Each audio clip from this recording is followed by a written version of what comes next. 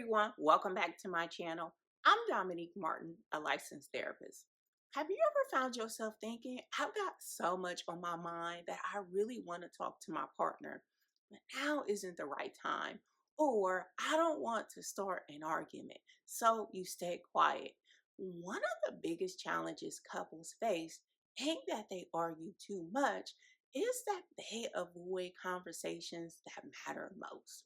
So partners ain't necessarily avoiding each other because they don't care.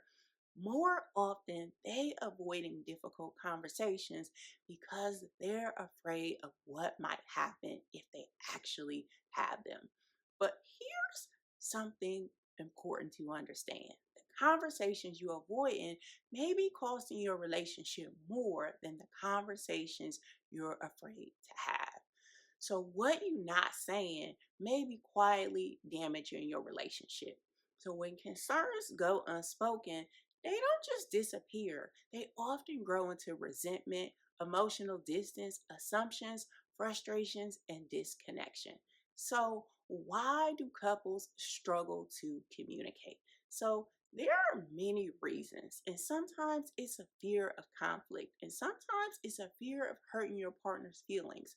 And sometimes you may worry about being misunderstood, rejected, criticized, or dismissed. Or maybe difficult conversations weren't modeled in your family growing up.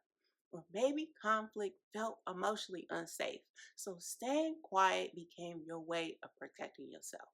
For others, maybe it's the hope that the issue will somehow resolve itself over time. Unfortunately, it usually does not. In fact, sometimes the longer you wait, the harder it gets. And what begins as a small concern can slowly become a much bigger problem because silence sometimes allows assumptions to develop.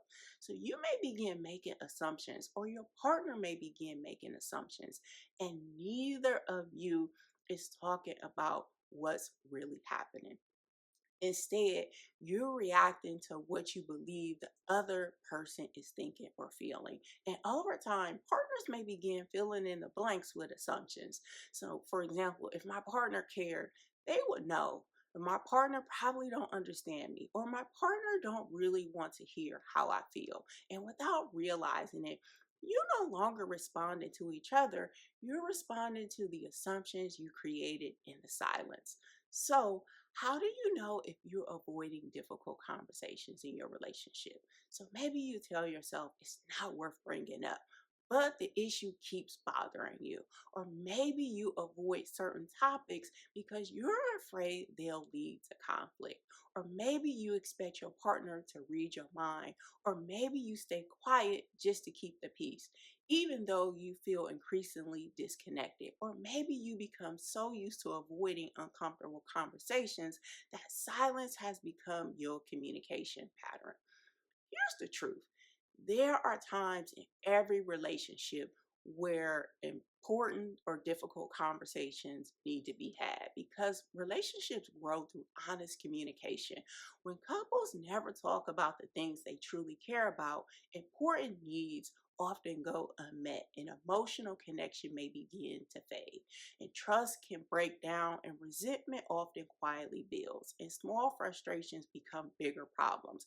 And many couples ain't arguing about today's issues, they arguing about months or even years of conversations they never had, because the emotions and conversations we avoid don't disappear. They often resurface when we're under stress, or during conflict, or after disappointment, or in moments of emotional pain. Or the hurt that was never expressed eventually finds another way to be heard. Avoidance don't make emotions disappear, it postpones them. So, how can you start having these conversations in a healthier way? First, it may be helpful to organize your thoughts before you speak. Ask yourself, what am I really feeling? Why is this important to me? Or what do I hope happens after this conversation? Sometimes our thoughts feel much clearer once we slow down and think them through. And if you need to, write them out. Writing can help you organize your emotions and identify what truly matters. and communicate more clearly instead of reacting in the moment. Second is choose the right time. So, timing matters when having an important conversation.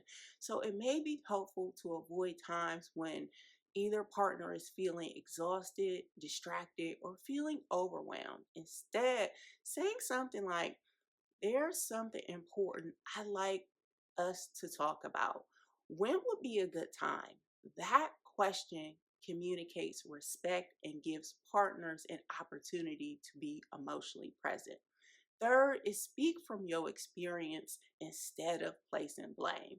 So saying something like, I've been feeling unheard lately, and I really like us to understand each other better. This statement invites connection. And fourth, be curious. Healthy communication ain't just about expressing yourself, it's also about understanding your partner's experience. So ask questions, listen without interrupting, and try to understand before trying to be understood.